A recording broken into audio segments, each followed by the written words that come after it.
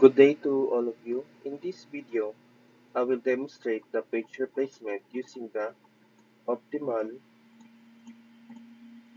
algorithm.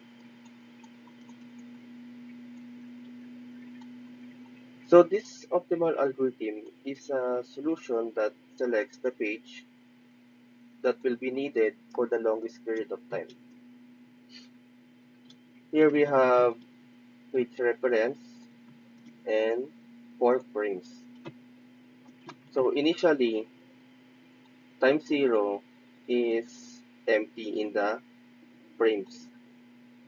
So after that, at time 1, i-select ng process si page 4.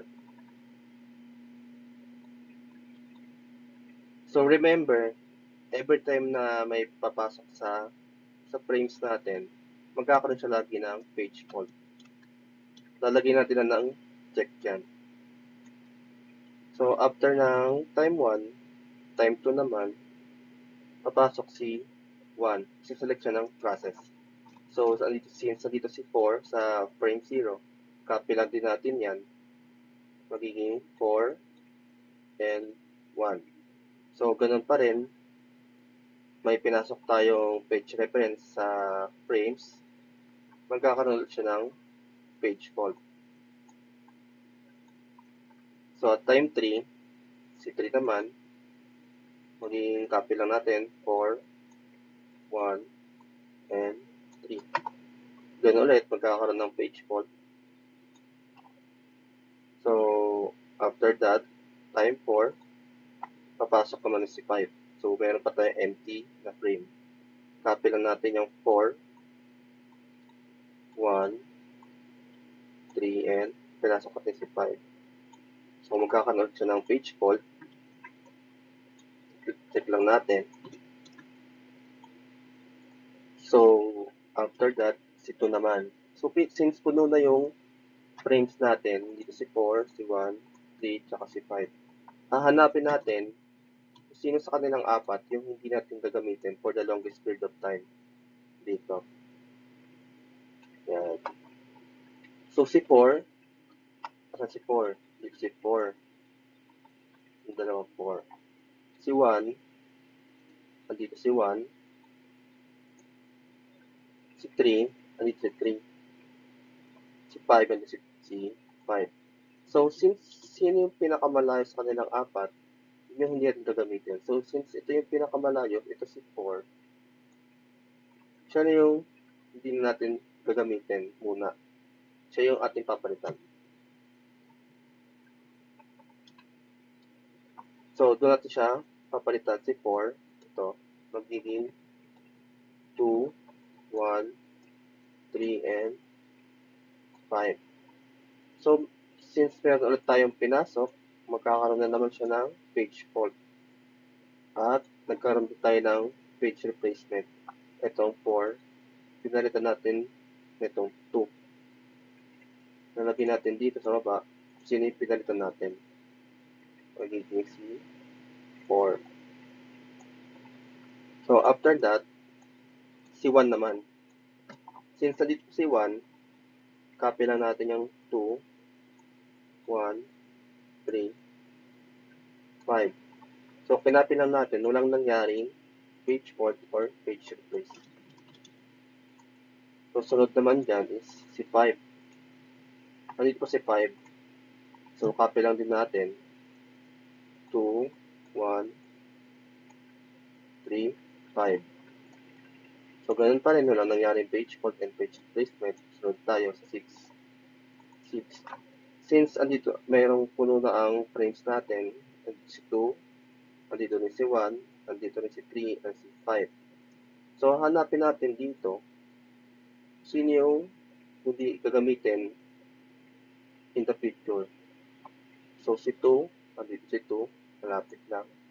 Si 1, andito rin sa malayo. Si 3, andito si 3. And si 5 is, wala si 5. So since wala si 5, siya yung sasabi natin hindi na gagamitin talaga. So doon natin siya papalitan. So magiging 2, 1, 3, and 6. So, since meron tayong pinalitan, may pinasok tayo, magkakaroon siya ng page replace tsaka page fault. So, lagay din sa page fault is 5 kasi siya yung pinalitan. Sa page replacement, magkakaroon ng page fault lang. Check sa page fault. And page replace is 5. So, after that, si 3 naman, 3. Copy lang natin kasi nandito naman siya 2, 1, 3, and 6. So, sunod natin is 2. Nandito rin si 2. Copy lang natin. 2, 1, 3, and 6.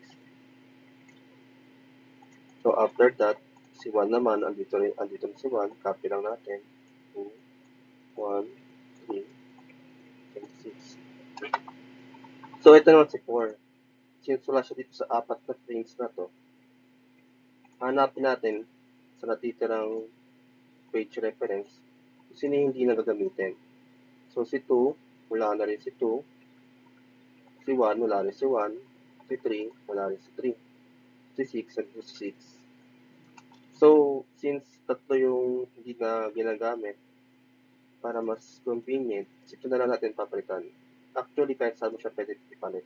Pero para mas magkakasunod-sunod lang is ito tayo ipapalit. Mangyayari is 4, 4, 4, 1, sorry, 1, 3, and 6. So, andito rin si 4. So, si 4. Pero andito siya. Copy lang natin. 4, 1, 3, and 6.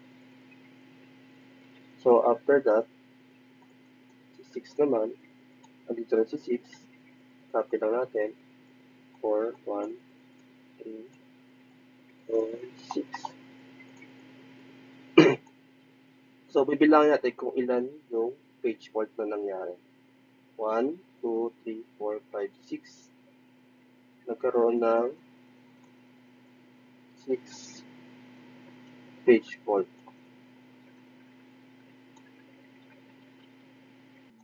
Meron tayong hindi nasama. Dito rin pala, si 4. Nagkaroon ng page fault kasi may pinasok. And napalitan si 2. So, bilangin ulit natin. 1, 2, 3, 4, 5, 6, 7. Nagkaroon tayo ng 7 page fault.